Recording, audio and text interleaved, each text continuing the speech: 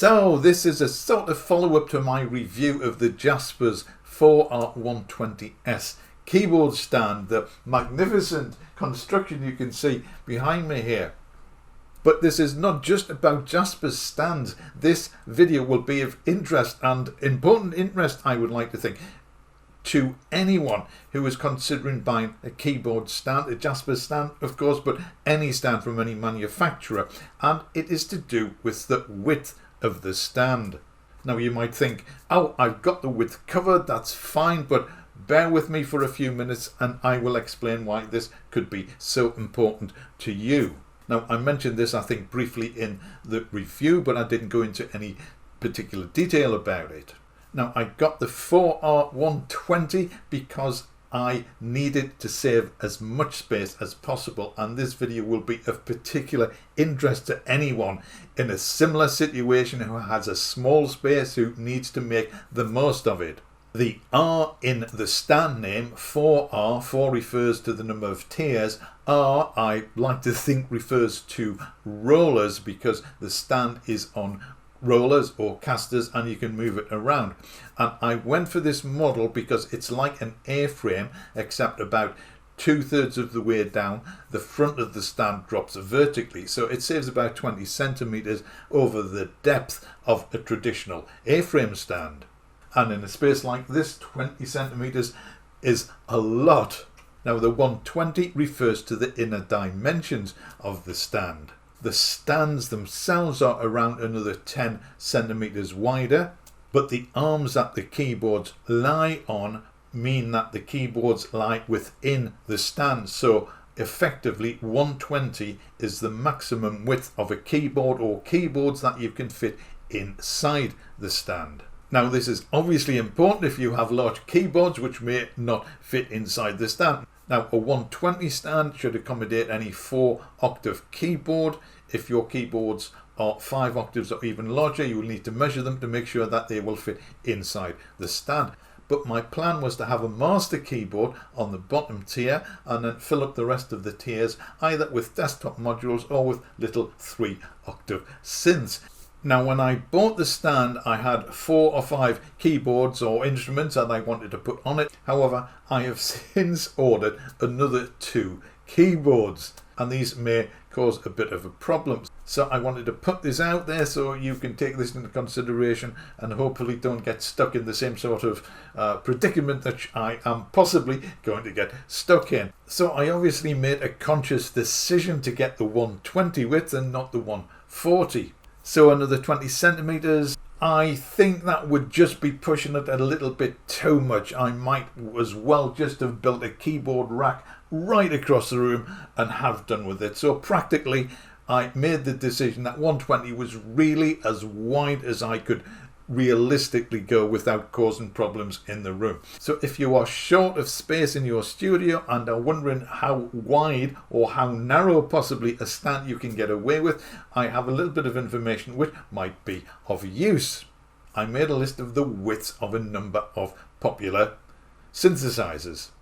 So if we want to put 2 instruments together with a 120 rack, they must not be wider than 120 centimeters. So for example, Korg's recent Wave State, Mod State and Op 6, they all have the same form factor and they are 565mm wide. So you could quite easily and comfortably fit 2 of those side by side into a 120 rack. Korg's Minilog XD is 620mm, so you could stick one of those next to an Op 6, for example.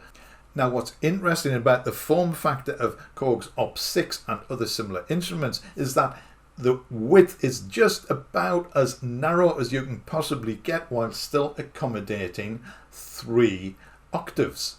And many 3-octave synthesizers are wider, which allows them to accommodate a pitch bend wheel and mod wheel. Now I have at the moment a Novation Ultra Nova, which I bought second-hand last year. Now I thought this was a small synth, but it isn't. It's 736mm wide, which only leaves 464mm free for another synth or desktop module, and that's sort of pushing it a little bit, so I'm not quite sure what I'm going to put next to that. The Cork MS-20 is 573mm, so that's only a little bit wider than the OP6 and Friends. So it would fit nicely next to an OP6 and even the Minilog XD with just millimeters to spare.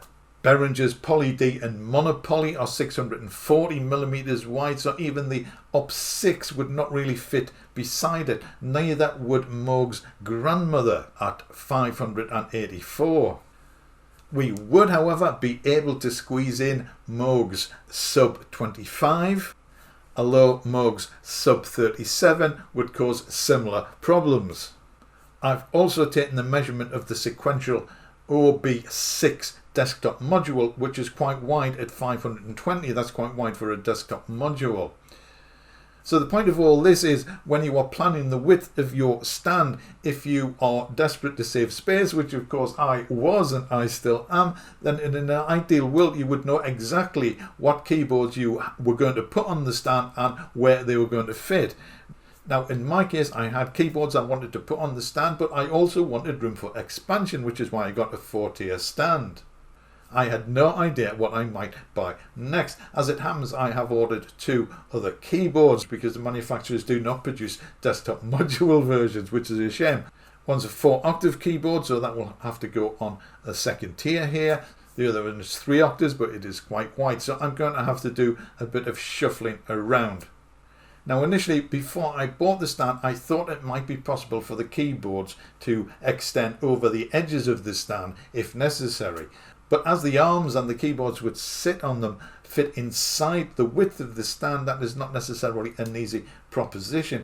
In some cases, particularly with the higher tiers, you may be able to get away with it by tilting the arms forward to a greater degree so that the keyboards overlap the edge of the stand. This might be possible, for example, with the Novation Ultra Nova.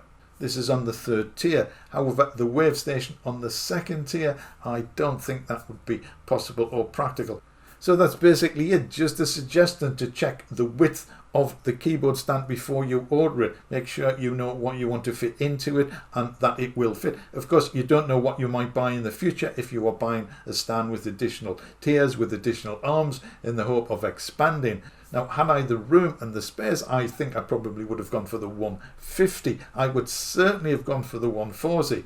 But if space is not a problem for you, then the decision will be a lot easier. But if, like me, space is at an absolute premium, then make sure you do your sums before you order the stands. So I hope you found this useful. If you did, then please consider subscribing, ringing the bell, so you get informed of new videos when I release them. Click the big thumb, it really helps and encourages me to keep going and producing videos for you. As ever, I really do appreciate you taking the time to watch my videos, so for that, thank you very much indeed. I will see you again in the next one.